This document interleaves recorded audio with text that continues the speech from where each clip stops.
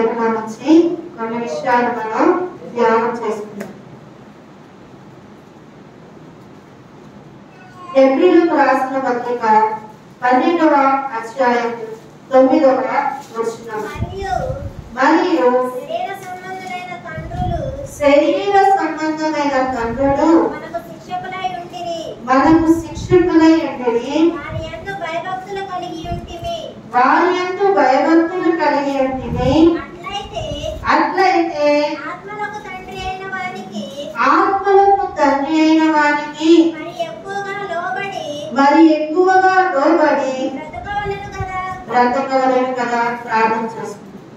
మహోన్నతుడైన మా తండ్రి, సర్వోన్నతుడైన మా ప్రేమ, మీ కేవలం లేని స్తుతులు స్తోత్రాలు చెల్లిస్తున్నాము తండ్రి. దేవా యొక్క సమయంలో తండ్రి, దేవా కొన్ని నిమిషాలు తండ్రి మీ యొక్క వాక్యాన్ని మేము ధ్యానిస్తుండగా మా అందరికీ అవసరమైనటువంటి విషయాలు అందించండి. మా జీవితాలు మేము దిద్దుకొని మీ ఇష్టానుసారమైన బిడ్డలు ఉండటానికి సహాయం చేయండి. దేవా నిలబడిన నేను కేవలం యొక్క సాధనగా మాట్లాడేది మీరే తండ్రి. మా అందరికీ కావలసిన విషయాలు అందించమని త్వరలో రానైన యేసుక్రీస్తు వారి యొక్క నామములో ప్రార్థించి అడిగి వేడుకుంటున్నాము తండ్రి. ఆమేన్. ఇక్కడ మనం చూసినట్లయితే ఈ వచన భాగంలో మనం ఏం చూస్తున్నాం? తండ్రి గురించి చూస్తున్నాం. ఇద్దరు తండ్రులు కనిపిస్తున్నారు. ఎవరంటారు? ఒక తండ్రి ఎవరు? శరీర సంబంధమైన తండ్రి. శరీర సంబంధమైన తండ్రికి మనం ఎలా ఉన్నాం? భయభక్తులు కలిగి ఉండాలి. అంత మాత్రమే కాదు, ఇంకొక తండ్రి ఉన్నారు. ఎవరు తండ్రి? ఆత్మలకు తండ్రి. అంటే ఆత్మను కాసేటువంటి తండ్రి. మన ఆత్మీయంగా ఎదుగుదల కొరకు మనకి వాక్యాన్ని అందించే తండ్రి. అంటే ఆత్మీయ ఆహారాన్ని అందించేటువంటి తండ్రి. మామూలు శరీర రీతిగా ఆహారాన్ని ఎవరు అందిస్తారు? తండ్రే కదా మనకు అందించేది. అదే విధంగా ఆత్మీయ ఆహారం అందించేటువంటి తండ్రికి మనం ఏం చేయాలంట? ఎక్కువగా లోబడి ఉండాలి. శరీరానుసారమైన తండ్రి కంటే కూడా ఆత్మకు కాపరిగా ఉన్న తండ్రికి మరి ఎక్కువ మనం లోబడి ఉండాలని ఈ యొక్క వచన భాగాల్లో మనం చూస్తున్నాం. మనందరూ గమనించినట్లయితే తండ్రి గురించి చెప్పాలంటే ఏమని చెప్తాం? తండ్రి అనగానే ఏం గుర్తుకు వస్తుంది? ఎవరికి ఏం గుర్తుకు రావట్లేదా? మీ తండ్రి గురించి ఒక విషయం చెప్పమంటే ఏం గుర్తు రాలేదా? ఏం గుర్తుకు వస్తుంది? తండ్రి అంటే ఏం గుర్తుకు వస్తుంది? ధైర్యం. ఎవరు గుర్తులేదా? చిన్నప్పుడు ఏం చేసేవాళ్ళు?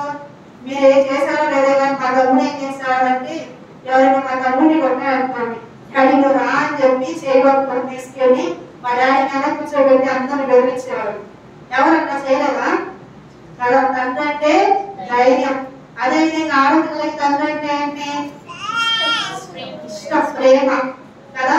ప్రేమ ఎక్కువ ఎవరు ప్రేమిస్తారంటే ఏమని చెప్తాం? తండ్రి. అంటే కష్టంగా చూడడానికి ఏమో భయంగా అనిపించినా గానీ తండ్రి ఏం చేస్తాడు? ఎక్కువగా ప్రేమిస్తా ఉంటాడు. ప్రేమను వారికి నేర్పిస్తా ఉంటాడు. వారి జీవితాలు బాగుంటారని ప్రతి తండ్రి కూడా ఆశపడుతూ ఉంటాడు.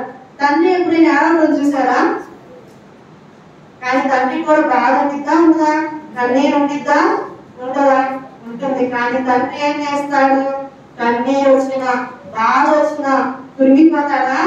కృంగిపోడు. మనసులోనే బాధపడుతూ ఉంటాడు కదా. అన్ని విషయాల్లో కూడా ధైర్యంగా ఉన్నాడు. ముందుకు ఎవరేస్తారు? తండ్రి వేస్తాడు. బాధ్యత కలిగిన తండ్రి. తండ్రికి కూడా చాలా బాధ్యతలు ఉంటాయి. చాలా మంది ఏమనుకుంటారంటే పిల్లల పట్ల బాధ్యత తల్లికి మాత్రమే అనుకుంటారు, కానీ తండ్రికి కూడా చాలా బాధ్యత ఉంటుంది. తల్లి తండ్రి ఇద్దరు కూడా కరెక్ట్ గా ఉండి పిల్లలను పెంచితే వాళ్ళు ఏమవుతారంటే ప్రయోజకులు అవుతారు. అంతేగాని ఒకరు సరిగా లేకపోయినా కానీ బిడ్డల యొక్క భవిష్యత్తు ఏమవుతుంది అంటే చాలా దయనీయ పరిస్థితి ఏర్పడుతుంది. అంటే ప్రతి ఒక్కరు కూడా వాళ్ళ యొక్క రోజు ఏం చేయాలని ఖచ్చితంగా పాటించాలి. తల్లిదండ్రులు చేయవలసిన కొన్ని పనులు నేను మీకు తెలియజేస్తాను. సమయం కొద్దిగా ఉంది కాబట్టి కొన్ని విషయాలు మనం తెలియజేసుకుంటాం.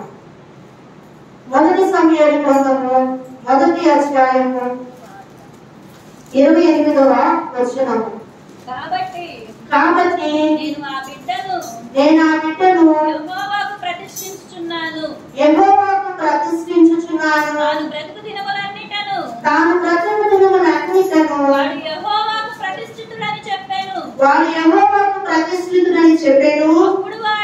అప్పుడు వాడు యెహోవాను అక్కడనే మ్రొక్కెను.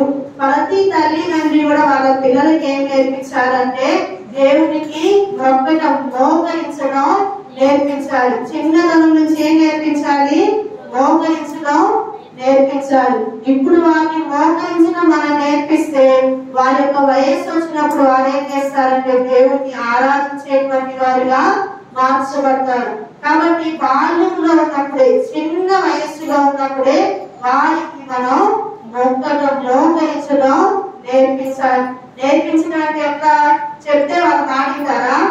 వినరు. మనం చేస్తే వాళ్ళు కూడా చేస్తారు. కాబట్టి మనము చేస్తూ మన పిల్లలకు చిన్న వయస్సు నుంచే దేవునికి మోకరించడం, మొక్కటం, ప్రార్థన చేయడం మనం నేర్పించాలి. మరొక వచన భాగాన్ని చదువుదాం. మొదటి సమూయేలు గ్రంథము 2వ అధ్యాయము 11వ వచనం. తరువాత తన ఇంటికి వెళ్ళిపోయాను. అయితే ఆ బాలుడు యాజకుడైన ఏలీ ఎదుట యెహోవాకు పరిచర్య చేయుచుండెను. చిన్న బిడ్డకు చిన్నతనం నుంచి ఏం నేర్పించాలి? ఒక తండ్రిగా ఇక్కడ ఏలీ ఒక ఆత్మీయ తండ్రిగా ఉన్నాడు. ఏం నేర్పిస్తున్నాడంటే యెహోవాకు పరిచర్య చేయడం నేర్పిస్తున్నారు. ఎంతమంది నేర్పిస్తున్నారు? తల్లిదండ్రులు పరిచర్య చేయడం నేర్పిస్తున్నారా? మన యొక్క సంఘంలో ఉన్నటువంటి బిడ్డలు పరిచర్య చేసే వాళ్ళగా ఉన్నారా? ఒక చిన్న క్వశ్చన్, ఉన్నారా లేదా? ఉన్నారా? నిజంగా పరిచర్య చేస్తున్నారా? పరిచర్య చేస్తే మనందరం ఏం వేస్తున్నాం? చాపలు వేసుకొని చక్కగా కూర్చునేవాళ్ళం కదా. అంటే ఉన్నారా లేదా? అంటే చిన్నతనం నుంచి మనం ఏం నేర్పించాలి అంటే చిన్న బిడ్డలకు పరిచర్య చేయడం. పరిచర్య చేయడం వల్ల ఉపయోగం ఏమిటి అంటే మీరు బైబిల్లో కానీ బయట కానీ ఎక్కడైనా చూడండి, ఒక వ్యక్తి గొప్ప స్థానంలో ఒక క్రైస్తవుడు ఉన్నాడంటే అతని యొక్క ప్రాథమిక మెట్లు అతను చేసిన ఫస్ట్ పని పరిచర్య అయిపోతుంది. అవునా కాదా? గొప్ప సేవకుడు ఉన్నాడంటే నువ్వు ఎలా సేవకుడు అయ్యావు? ప్రారంభంలో ఏం చేశావంటే ప్రారంభంలో నేను చేపలు పట్టేశాను, లేకపోతే ఫ్లోర్ ఇచ్చాను, చొప్పులు లైన్గా పెట్టాను. ఇదే దేవుని యొక్క పరిచర్య. అంటే ప్రతి చిన్న బిడ్డను కూడా తల్లిదండ్రులు ఏం నేర్పించాలంటే పరిచర్య చేయాలి. ఇంట్లో పని అయితే చాలా చక్కగా నేర్పిస్తారు. ఇంట్లో పని చేస్తే అది గొప్పవచ్చు, అది చేసినా చేయకపోయినా ప్రతిఫలం రావచ్చు, రాకపోవచ్చు. కానీ దేవుని మందిరంలో చిన్నతనం నుంచి బిడ్డ పరిచర్య చేసేవాడిగా ఉంటే వాడు పెద్దవాడైనప్పుడు ఏమవుతాడు? సమయం ఏమయ్యాడు? ప్రవక్తగా మార్చబడ్డాడు. మీ బిడ్డలు ఆడపిల్లలైనా మగ పిల్లలైనా వారు ఆశీర్వదించబడాలి అంటే ప్రతి ఒక్క తండ్రి గారి బాధ్యత ఏమిటి అంటే వారికి పరిచర్య చేయడం నేర్పించాలి. పరిచర్య చేయడం వల్ల వాళ్ళ యొక్క భవిష్యత్తు అనేది ఆశీర్వాదకరంగా మార్చబడుతుంది. నా యొక్క జీవితంలో నేను చేసిన ఫస్ట్ పని పరిచర్య. ఫస్ట్ పని ఏం చేస్తానంటే మందిరాన్ని చెమటము తొడవటం. ఈ పనే నా ప్రారంభంలో నేను చేసిన పని. మా తండ్రి యొక్క పరిచర్యలో వారు చేసిన పనులు కూడా ప్రారంభం కాదు. సేవకు చేతులు పెట్టుకుంటే వాళ్ళని నీళ్లు పోయటం, ఇటువంటి పనులు చేసిన వాళ్ళు ఇప్పుడు ఏమయ్యారు? దేవుని యొక్క సేవకులుగా మార్చబడ్డారు. మీ భవిష్యత్తు ఆశీర్వదించబడాలి అంటే మీ పిల్లలకు రెండవదిగా ఏం నేర్పించాలి? దేవుని యొక్క పరిచర్య చేయడం నేర్పించాలి. పరిచర్య చేయడం చిన్నతనము కాదు, దేవుడు గొప్పగా ఉన్నది ఆశీర్వదిస్తాడు. మూడవదిగా మనం చూసినట్లయితే యోహాను సువార్త 6వ అధ్యాయము 9వ వచనం. ఇక్కడ ఉన్న ఒక చిన్నవాని యొద్ద 5 యవల రొట్టెలు 2 చిన్న చేపలు ఉన్నవి గాని ఇంతమందికి ఏమాత్రమని ఆయనతో అనగా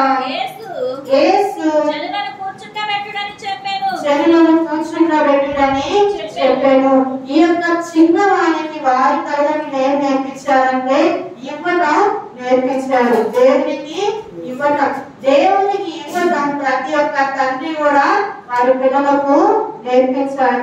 ఎప్పుడైతే ఇవ్వటం నేర్పిస్తామో ఏమైంది, ఆ యొక్క 5 రొట్టెలు 2 చిన్న చేపలు 5,000 మందికి ఆశీర్వాదకరంగా మార్చబడ్డాయి.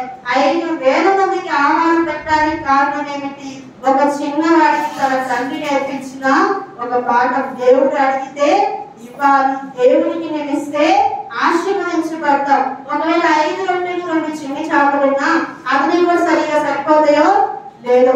ఇప్పుడైతే సమృద్ధి, అతను ఇంకా ఎక్స్ట్రా తినొచ్చు, తన చుట్టూ ఉన్న వాళ్ళందరికీ కూడా ఆహారం పెట్టవచ్చు. అంతగా ఒక చిన్నవాడు ఆశీర్వదించబడడానికి కారణం ఏమిటి అంటే తల్లిదండ్రులు నేర్పించారు. ఏం నేర్పించారు? ఇవ్వటం.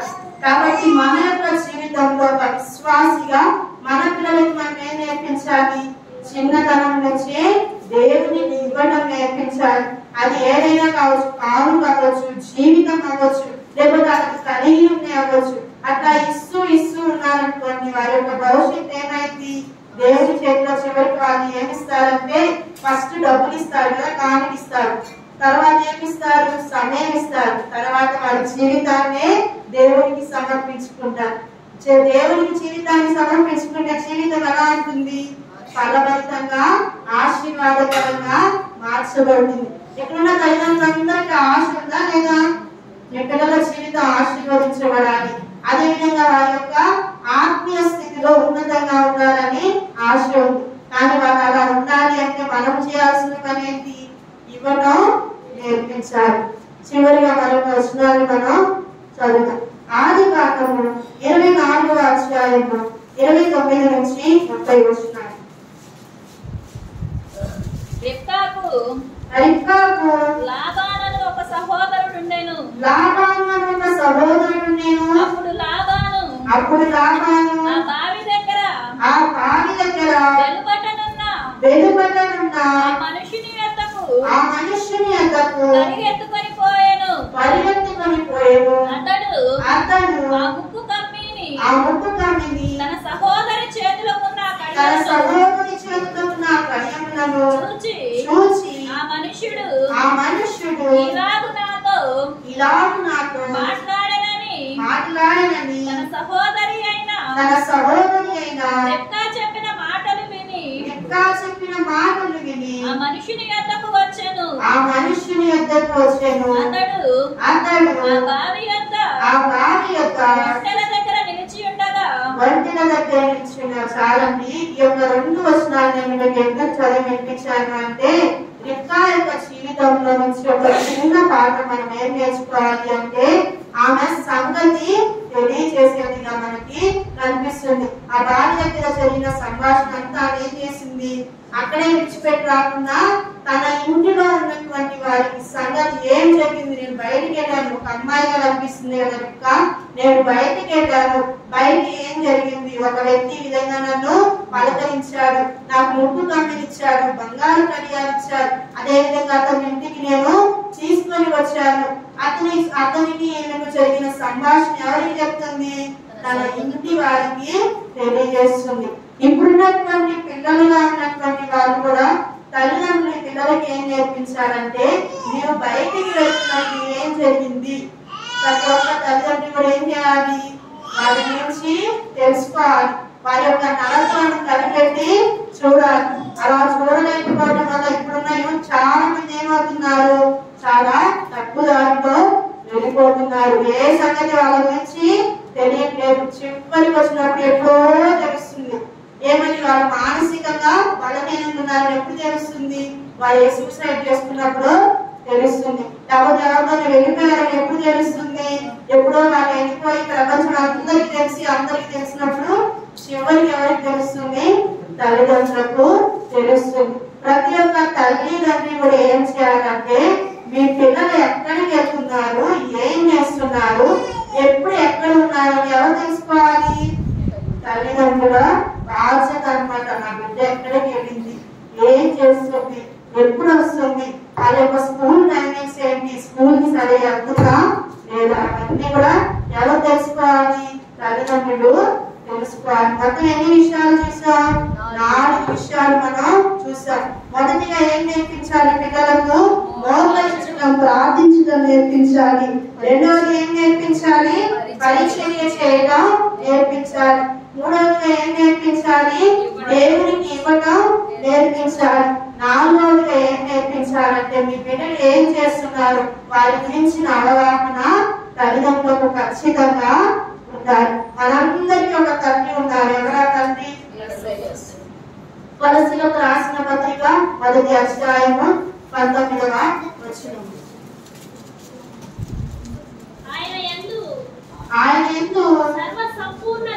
సర్వ సంపూర్ణత నివసింపవలెననియు ఆయన శిలువ రక్తము చేత సంధి చేసి ఆయన ద్వారా సమస్తమును అవి భూలోకమందున్నవైనను పరలోకమందున్నవైనను వాటినన్నిటినీ ఆయన ద్వారా తనతో సమాధానపరచుకొనవలెననియు తండ్రి అభిష్టమాయను. ఈ యొక్క వచనాన్ని ఎక్స్ప్లెయిన్ చేసే ముందుగా ఒక 2 విషయాలు నేను మీకు తెలియజేయాలని భావిస్తున్నాను. మా యొక్క జీవితంలో మా తండ్రి చేసిన కొన్ని పనులు చెప్పమంటారా? చెప్పనా? మా డాడీ ఏం చేసేవారంటే 5th 6th క్లాస్ లో ఉన్నప్పుడు అనుకుంటా ఒకే ఒకసారి స్కూల్ ఎన్నింటికి అయిపోయింది? 5 or 4 అయిపోయింది. అయితే ఆ రోజు ఏం చేశారంటే నేను ఫ్రెండ్స్ తో ఆడుకొని 6 కి ఇంటికి వచ్చాను. 6 కి ఇంటికి వస్తే ఇంట్లోకి రానుంటా బయట నిల్చోబెట్టి నువ్వు ఇప్పుడు దాకా ఎక్కడ ఉన్నావు? స్కూల్ టైం ఎన్నింటికి? స్కూల్ అయిపోయిన 2 hours దాకా ఇంటికి ఎందుకు రాలేదని నిల్చోబెట్టారు బయట. నాకు ఇప్పుడు కూడా గుర్తు. అప్పటి నుంచి స్కూల్ వెళ్ళిపోగానే పరిగెత్తకుండా ఇంటికి వెళ్ళిపోవడం. తండ్రి ఎప్పుడు నాకు చాలా కొంచెం గట్టిగా అనిపిస్తుంది కదా. అమ్మాయిలు అయితే ఇంకా ఖచ్చితంగా పాటిస్తారు. అప్పటి నుంచి ఇప్పటి వరకు కూడా స్కూల్ అయిపోతే ఖచ్చితంగా ఇంటికి వెళ్ళాల్సిందే. 5 నిమిషాలు కూడా ఫ్రెండ్స్ తో మాట్లాడేది కూడా ఉండదు. అక్కడ ప్రతి తండ్రి ఏం చేయాలి? పిల్లలకు వాళ్ళ ఖచ్చితంగా వాళ్ళకి చెప్పాల్సింది చెప్పాలి. నా తండ్రి నన్ను ఎంత గాఢంగా చేశాడో తేడా వస్తే అంతగా శిక్షించేవాడు. ఎక్కువ పట్టించుకునేదే. మా డాడీ నుంచి ఎక్కువ ప్రేమని పొందుతుందే కూడా నేను. ఏదైనా తేడా వచ్చినా పొరపాటు ఏదైనా జరిగితే ఖచ్చితంగా గట్టిగానే చెప్పేవాడు. చెప్పి దాని తర్వాత ఏడుస్తా ఉంటే మా రామ్మ నేను సైకిల్ మీద తీసుకెళ్తానని మళ్ళీ షాప్ కి తీసుకెళ్ళి నాకు నచ్చినవి అన్ని కొనిపించేవాడు. నాకు ఒక ఛాన్స్ అనమాట. ఎప్పుడు ఏడిస్తే అప్పుడు నాకు కావాల్సినవి కొనుక్కోవటమే. ఇలా చేసేవాడు. అట్లాగే తమ్ముడి విషయంలో కూడా తమ్ముడికి ధైర్యంగా ఉండటం నేర్పించేవాడు. ఏదైనా చిన్న చిన్న దెబ్బలు తగినా ఏడుస్తా వచ్చాడనుకోండి అదేం చేసిస్తాను ఏం అవదని చెప్పేవాడు. తమ్ముడి యొక్క లైఫ్ లో కూడా అంత పెద్ద ఇన్సిడెంట్ జరిగినా తెలుసు కదా మీ అందరికి, పెద్ద యాక్సిడెంట్ జరిగి తలకి దెబ్బ జరిగిందని. అంత ఇన్సిడెంట్ జరిగినా ఏం అవ్వలేదక్క, నాకు దేవుడు నన్ను కాపాడాడు. ఆ ధైర్యం అనేది ఎవరి నుంచి వచ్చింది? తండ్రి నుంచే వచ్చింది. అలా ప్రతి తండ్రి కూడా ఖచ్చితంగా ధైర్యాన్ని నేర్పించాలి. ఆత్మీయ స్థితిలో కూడా పరిచర్య చేయటం కానీ ఇంకా పిలిచి ప్రార్థన ప్రారంభించబడితే మమ్మల్ని ఇంట్లో ఉన్న బిడ్డల్ని పిలిచేవాడు మా డాడీ. సమయం నన్నే పిలిచి ఓడవంటి స్టార్ట్ చేయండి అని చెప్పి మాకే చెప్పేవాడు. మేము ఓడడం స్టార్ట్ చేసేవాళ్ళం. తర్వాత అందరూ వచ్చి మేము ఓడిస్తాము, మేము సాపలేస్తాము. తర్వాత వాళ్ళందరూ వచ్చేవాళ్ళు. తర్వాత మాకు ఇంకా పని ఉండేది కాదు. ఇలాగ మా యొక్క లైఫ్ లో ఈ రోజు ఫారెస్ట్ డేతో పాటు మా డాడీ యొక్క పుట్టినరోజు కూడా. కాబట్టి మా నాన్న యొక్క పరిచర్య వరకు కూడా మీరు అందరూ కూడా చేస్తున్న పరిచర్య వరకు ప్రార్థన చేయండి. మంచి ఆరోగ్యంగా ఉండాలని మీటింగ్స్ విషయం కూడా మీ అందరూ ప్రార్థన చేయండి. మా యొక్క జీవితంలో ఇంతవరకు అన్ని విషయాల్లో డాడీ సపోర్ట్ చాలా ఉండేది. స్కూల్కి వెళ్ళినప్పటి నుంచి కాలేజ్ నుంచి మ్యారేజ్ విషయంలో కూడా చాలా సపోర్ట్ ఉండేది. ఇప్పటి వరకు మేమిద్దరం మా డాడీ మాట వింటూనే వచ్చాం. ఏ విషయంలో కూడా మాట దాటిందే లేదు. అంటే ఎందుకు నా తండ్రి నాకు ఏం చేస్తాడు? ఖచ్చితంగా మంచి చేస్తాడు కదా. ప్రతి బిడ్డకున్న నమ్మకం ఏంటి? నా తండ్రి నాకు మంచి చేస్తాడు, మేలే చేస్తాడు, ఎప్పుడు అపాయం కలగదు. అదే విధంగా ఇహలోకమైన సాధన తండ్రి యొక్క డౌట్ ఉండేదేమో కానీ రక్షించబడ్డ తండ్రి కాబట్టి నన్ను ఖచ్చితంగా సరి అయిన త్రోవలో నడిపిస్తాడు. ఫస్ట్ నుంచి నమ్మాను మా డాడీ. ఇప్పుడు కూడా అదే నమ్మకంతో ముందుకు కొనసాగుతున్నాం. అయితే మనం ఈ లోకంలో ఉన్న తండ్రిని ఏం చేస్తున్నాం? ఎంతగానో నమ్ముతున్నాం. అయితే ఈ లోకంలో ఉన్న తండ్రిని ఎంతగానో నిరీక్షిస్తున్నాం. వారు మనకి ఏదైనా అవసరమైనప్పుడు సహాయం చేస్తారని నిరీక్షిస్తున్నాం. మనకి ఏదైనా భయం వచ్చినప్పుడు వారి దగ్గర నుంచి ధైర్యం వస్తుందని విశ్వసిస్తున్నాం. అయితే మన యొక్క ఆత్మీయ తండ్రి గురించి మనం చూసినట్లయితే దేవుడు మనల్ని ఎంతగా ప్రేమించారంటే ప్రియ కుమారుడైన యేసుక్రీస్తు వారి ద్వారా మనల్ని సమాధానపరచుకోవడానికి, ఈ భూమి మీద ఉన్న సమస్తాన్ని సమాధానపరచుకోవడానికి యేసుక్రీస్తు వారిని ఏం చేశారంట? చివరి వచనం చదువుదామా? వచనంలో చివరి ఏం చదువుకున్నాం మనం? పరిశీలన రాసిన పత్రిక 1వ అధ్యాయము 19వ వచనం. ఆయన ద్వారా తనతో సమాధాన పరుచుకొనవలెనని తండ్రికి అభిష్టమాయెను.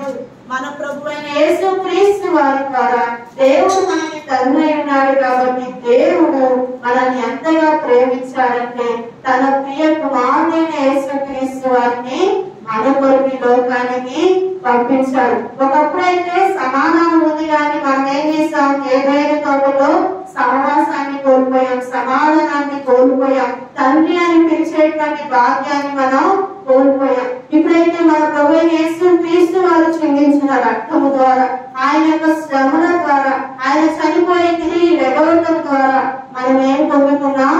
తండ్రి అబ్బా అని బలపెట్టుకునేటువంటి ఒక తండ్రిని మనం పొందుకున్నాం, భాగ్యాన్ని మనం పొందుకున్నాం. దేవుడు మనల్ని ఎంతగా ప్రేమించాడు, ఆయన యొక్క ప్రేమ అనేది వెల్లడిపరచబడుతున్నది. ఎంతగా మనం ఇంకనూ పాపమైనగా, ఇంకనూ అపరాధముల చేత పాపముల చేత చచ్చిన వారమైనగా మన కొరకు తన ప్రియ కుమారుడైన యేసుక్రీస్తు వారిని మన కొరకు ఇచ్చేంతగా ఒక తండ్రి మనల్ని ప్రేమించాడు. మనల్ని ఎంతగా ప్రేమించాడు. ఆ ప్రేమ ఈ లోకం ఎక్కడైనా దొరికిద్దా? ఎక్కడా కూడా దొరకదు. అమూల్యమైన రక్తము చేత మనం కొనబడ్డాం. ఆ కుమారుడైతే చనిపోయాడు, తిరిగి మృత్యుంజయుడిగా లేచాడు, తండ్రి యొక్క కుడి పార్శ్వమున కూర్చొని విజ్ఞాపన చేస్తూ ఉన్నాడు. మనందరం రక్షించబడాలని ఆయన కోరుకుంటూ ఉన్నాడు. ఒక బిడ్డను శిక్షించడం ఏ తండ్రికైనా ఇష్టం ఉండిద్దా? నచ్చిద్దా? ఎవరైనా పట్టుకొని వాళ్ళ తండ్రి ఉన్నాడు అనుకోండి, ఆ కుమారుడు ఆయన పోతే తండ్రి ఏం చేస్తాడు? అయ్యా అయ్యా ఏ తప్పు చేశాడో క్షమించయ్యా అని చెప్పి వెళ్తాడు. అవసరమైతే నన్ను శిక్షించమని చెప్తాడు. కానీ ఇక్కడ తన తండ్రి కంటే కూడా దేవుడు ఎవరిని ఎక్కువ ప్రేమిస్తున్నాడు? మనల్ని ప్రేమిస్తున్నాడు.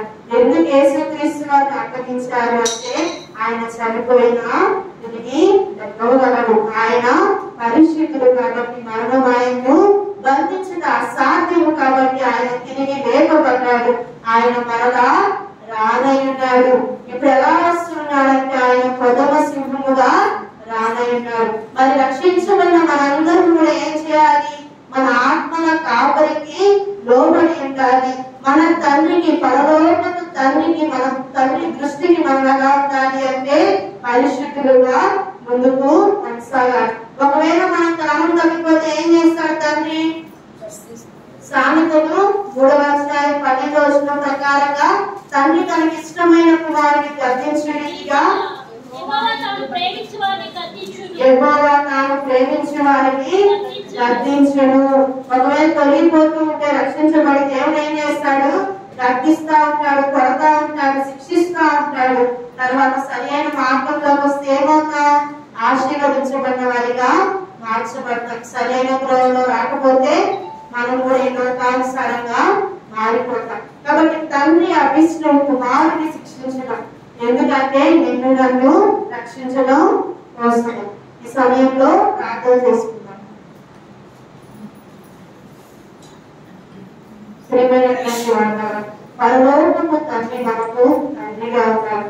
ఒకప్పుడైతే మనకి తండ్రే లేరు. ఒకప్పుడైతే మనం ఏ చెట్టులో మనకు కనిపించిన ప్రతిదాన్ని మనం పూజిస్తూ ఉన్నాం. ఇప్పుడైతే పరలోకములో ఒక తండ్రి మన కొరకు ఎదురు చూస్తూ ఉన్నారు. మన జీవితం పరిశుద్ధంగా మార్చబడాలని ఒక కుమారుడు మన కొరకు చనిపోయి ఉన్నారు. ఒక నిమిషం మనందరం కూడా ప్రార్థనలో ఏకీభవిద్దాం. తండ్రికి విధేయుడిగా క్షమించుతాం. మనందరికీ ఎంతగానో ఆశీర్వాదకరం. మన ఆత్మీయ తండ్రికి లోబడి పరిశుద్ధంగా ముందుకు కొనసాగిన మనందరికీ ఎంతగానో శ్రేయస్కరం. ప్రార్థన చేస్తుంది. మహోన్నతుడైన మా తండ్రి, సర్వోన్నతుడైన మా దేవ, నీకేవలనేది స్తుతులు స్తోత్రాలు చెల్లిస్తూ ఉన్నాము తండ్రి. తండ్రి వాక్యం ద్వారా మీరు మాతో మాట్లాడిన విధానాన్ని బట్టి మీకు స్తోత్రాలు తండ్రి. దేవా, మా యొక్క జీవితంలో యెహోవా తల్లిదండ్రులుగా బిడ్డని ఎలా పెంచుకోవాలో, దేవా మనకి ఏమి నేర్పించాలో నేను తెలియజేస్తున్నాను. మీకు స్తోత్రాలు తండ్రి. దేవా, మేమందరూ కూడా దేవా మీకు ఇష్టలుగా, ప్రియమైన కుమారులుగా కుమార్తెలుగా ఉండటానికి, మిమ్మల్ని సంతోషపెట్టే వారిగా ఉండటానికి సహాయం చేయండి. దేవా తండ్రి, తన కుమారుల యొక్క చాలి పడినట్లుగా దేవా మేము తండ్రి అనేక విషయాలు పొరపాట్లు చేసిన మీరు మా మీద చాలి పడుతున్నందుకు మీకు స్తోత్రాలు తండ్రి. చేయవలసిన సంఘాన్ని పరిశుద్ధిని దీవించండి, ఆశీర్వదించండి తండ్రి. దేవా తర్వాత కార్యక్రమాల్లో కూడా మీరే తోడేంటి జయకరంగా మహిమకరంగా జరిగించమని త్వరలో రానైన యేసుక్రీస్తు వారి యొక్క నామంలో ప్రార్థించి అడిగి వేడుకుంటున్నాము తండ్రి. ఆమేన్. అందరికీ